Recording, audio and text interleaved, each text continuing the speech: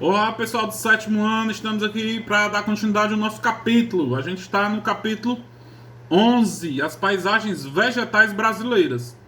Tá? A gente já viu a primeira parte, fizemos a atividade. Hoje a gente vai começar na página 303, onde vai falar domínios naturais e morfoclimáticos do brasileiros. Tá? Onde tem aí, reorganização do território brasileiro em domínios naturais.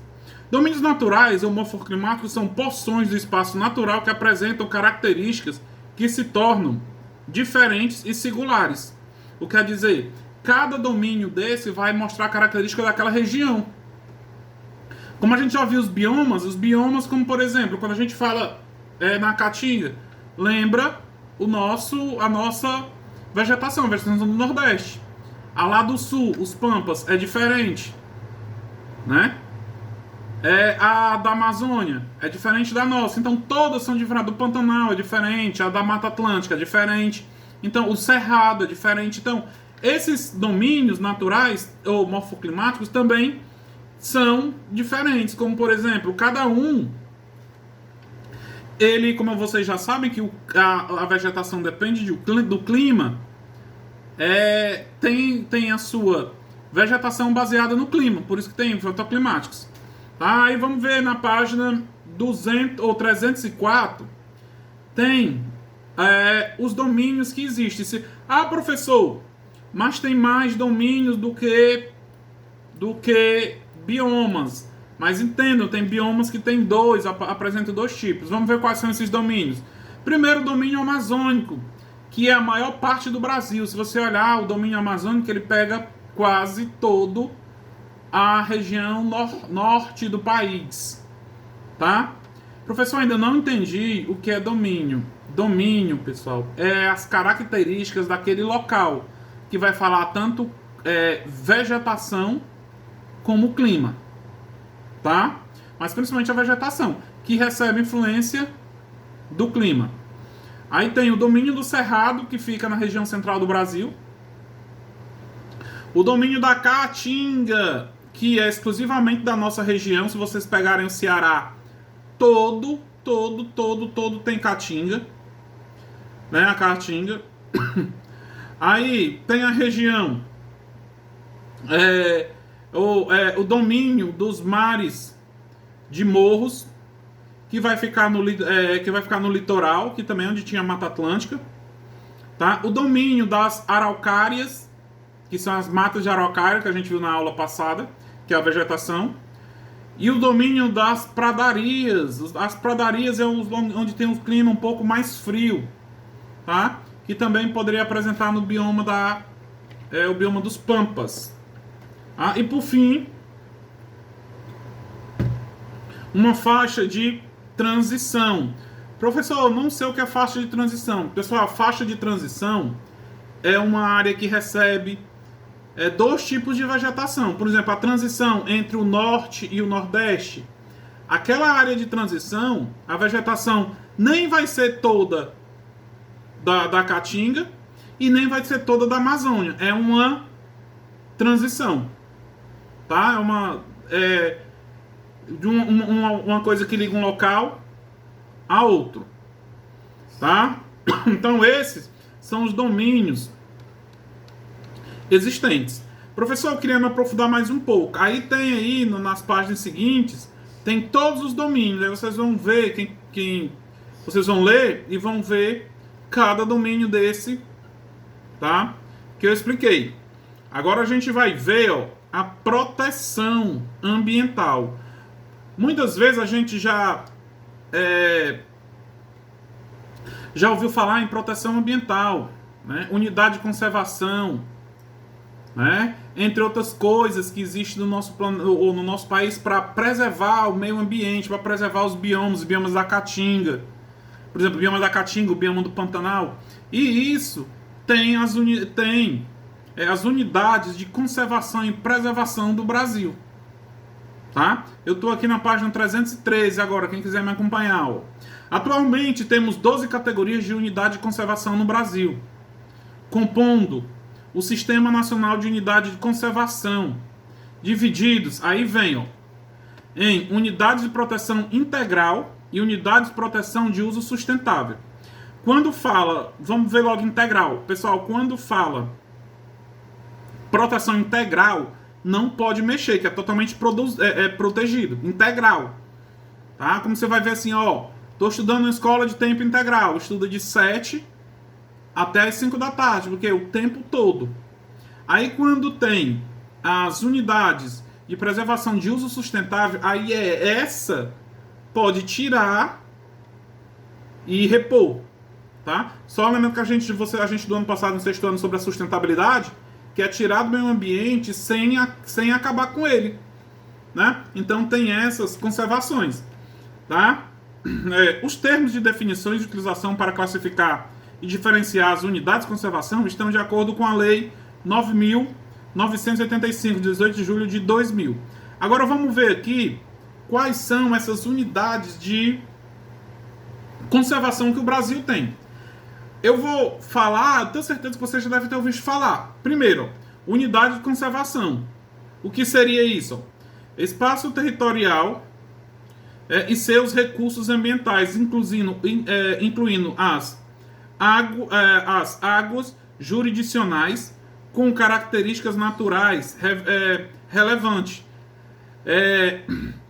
legalmente instituído pelo poder público, com o objetivo de conservação e limites definidos sobre o regime espacial de administração a qual se aplica garantias adequadas de proteção. Então, quando tem essa, como eu falei, essa unidade de conservação, ela vai preservar tudo, como foi dito aí. E quem é responsável por preservar? O governo, tá? Outra unidade de proteção integral, mais ainda, né? Vamos ver, ó, o que é que acontece, o que é que protege lá dentro, ó. Manutenção do ecossistema livre de alteração causada por interferência humana, admitindo apenas o uso dos recursos atribuídos naturais. O que é os seus recursos atribuídos naturais? Então lá, os animais que estão lá, a fauna e flora estão preservados. Tá? Aí vem a preservação, um conjunto de métodos, procedimentos e políticas que visam a proteção de longo prazo de espécies habitat do ecossistema. Então aqui está dizendo que a preservação, que segundo a lei garante aqueles animais que estão ali dentro, aquelas plantas, elas têm o direito ou têm a proteção do governo. Aí vem como manusear, o manuseio, ou o manejo, né, que é manusear. Todo e qualquer procedimento que vise assegurar a conservação da diversidade biológica e dos ecossistemas. Então o homem só pode interferir lá se for para preservar, jamais pode tirar. O uso indireto, aquele que não envolve o consumo, a coleta, dando ou distribuição dos recursos naturais. Então, o uso de direito, quem é que vai usar aqueles, por exemplo, os animais que tem lá, quem é que vai poder matar? Só os próprios animais maiores, que é a cadeia alimentar. O homem não pode chegar lá a caçar, tá? Lá só usa a cadeia alimentar. Agora vamos ver aqui, quais são essas unidades de proteção integral, essas unidades têm que obedecer essas normas. Primeiro, estações ecológicas têm o objetivo de preservar a preservação da natureza e a realização de pesquisas científicas, as estações ecológicas, tá? Outra, tá?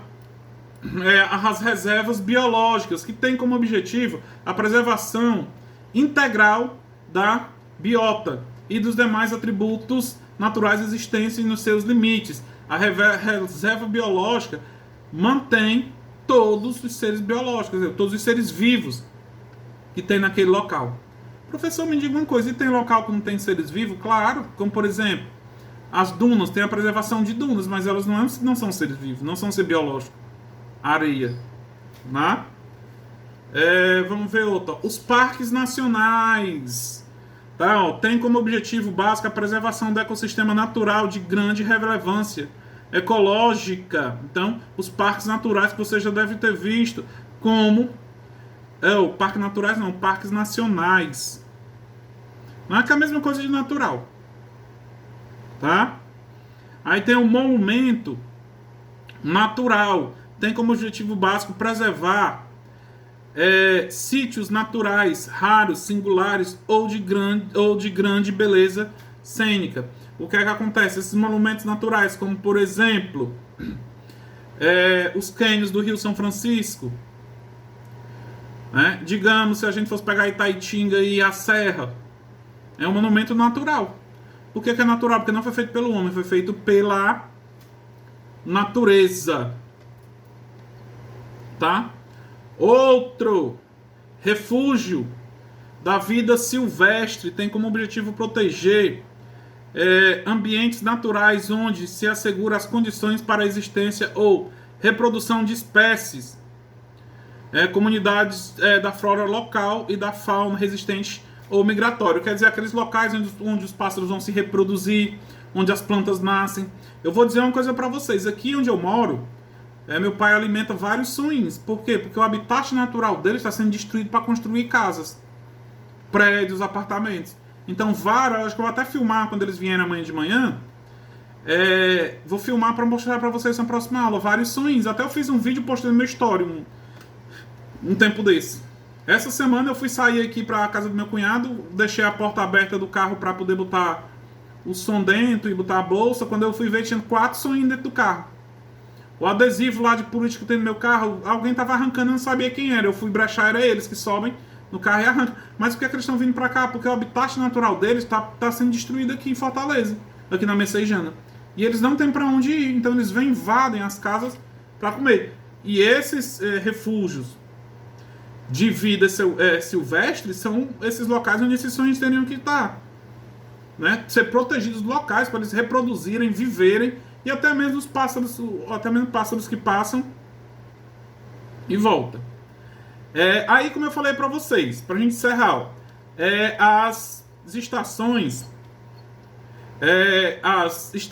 ou unidades de uso sustentável, quer dizer, consegue tirar. Vamos ver lá, as definições dessas unidades de uso sustentável. Uso sustentável: a exploração do meio ambiente de maneira a garantir a perenidade dos recursos ambientais. Quando eu falo uso sustentável, já expliquei, tirar da natureza sem destruir, tipo os índios faziam antes de chegar ao capitalismo desenfreado, tá? O objetivo básico das unidades de uso sustentáveis é compatibilizar a conservação da natureza com o uso sustentável da parcela de seus recursos, que é tirar e não destruir. Conservação da natureza, o manejo do uso humano da natureza. Então, o homem vai lá e tira sem acabar, como eu já estou falando, muitas vezes. Aí tem recursos ambientais: atmosfera da água, águas interiores, superficiais e subterrâneas, os estatuários, o mar territorial, o solo, o subsolo, entre outros elementos. Os recursos ambientais que podem ser tirados de lá, mas com responsabilidade, tá? São esses: as águas subterrâneas, um pouco da fauna, da flora, assim sucessivamente, tá? E o extrativismo mesmo. A gente sabe que o extrativismo é o sistema que tira recursos da natureza. Mas que recursos são esses? Recursos renováveis que se recuperam, tá? Ele, por exemplo, um exemplo de extrativismo é a extração de borracha do látex, que eles rasgam, cortam, fazem uns riscos na seringueira e tiram o látex. O ano que vem ela já se recuperou de novo e risca e tira mais, e assim sucessivamente, tá? O uso direto é aquele que se envolve ou que envolve coleta e uso comercial ou não dos recursos naturais. É o uso direto, aquelas pessoas que tiram para comercializar o produto desses locais de conservação e vendem ou para o consumo próprio. Tá? Agora, quais são essas unidades? Área de proteção ambiental é uma área, em geral, extensa, com certo grau de ocupação humana. Quer dizer, a Vila de Jericoacoara é de proteção ambiental, mas não se usa o turismo, né? Utiliza as dunas para as pessoas conhecerem, como até surgiu agora o buraco azul, que é um local cheio com a água azul, mas foi feita pelo homem. A água da chuva veio, encheu e ficou o buraco azul. Áreas de relevante interesse ecológico, uma área, em geral, de pequena extensão ou pouco ou nenhuma ocupação humana, com características naturais extraordinárias, que abrigam exemplares raros da biota regional. Vou dar um exemplo disso aqui, um local pouco conhecido, como por exemplo, algumas regiões aqui do Ceará, que as pessoas não conhecem e poucas pessoas, geralmente nativos, vivem lá, que tiram a pesca do seu sustento, a coleta de coco, entre outros. Tá? Vamos lá. A Floresta Nacional, área de cobertura florestal de espécies predominantes nativas, que tem um objetivo básico, o uso múltiplo, sustentável dos recursos florestais, que é aquelas florestas que as pessoas que são autorizadas a tirar madeira, que geralmente tiram, mas depois reflorestam, tá? Plantam de novo, tá? Chamado Floresta Nacional. E também temos as reservas extrativistas, que é de onde é tirado meio recursos da natureza, onde eles podem se recuperar. O exemplo, como eu falei para vocês, a seringueira, tá? Temos a reserva de fauna, área natural com a população de animais de espécies nativas, terrestres ou aquáticas, residentes ou migratórias, adequada para o estudo técnico-científico sobre o manejo econômico sustentável de recursos faunísticos. Isso aí é como a gente possa dizer, um mangue, que eles tiram lá o mangue, pode ser uma reserva de fauna, que lá os pescadores de caranguejo, catadores de caranguejo, tiram o caranguejo para vender, para o seu sustento. Mas eles, por exemplo, tem um período que eles não caçam, o período que os caranguejos estão se reproduzindo. Porque isso que lá é sustentável.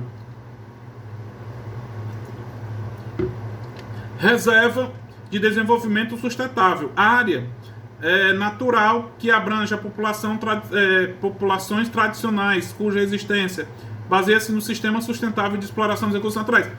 Essa área reservada de desenvolvimento é aquelas pessoas que só tiram da natureza para sobreviver. Eles não comercializam, tá? Eles tiram lá só para sobreviver, para o consumo próprio. E a reserva particular do patrimônio nacional natural é uma área privada gravada com perpetuidade, com o objetivo de conservar diversidade biológica. Essa aqui, a última, a reserva particular do patrimônio nacional, quer dizer o quê? Eu sou muito rico e quero preservar um pedaço da floresta. Vou lá, compro aquele pedaço e ali eu não deixo ninguém mais destruir. Por isso que diz reserva particular, tá? E assim a gente acaba esse capítulo, o capítulo 11, as paisagens vegetais brasileiras. Qualquer dúvida, me perguntem no WhatsApp, tem a tarefazinha lá de vocês. Abraço.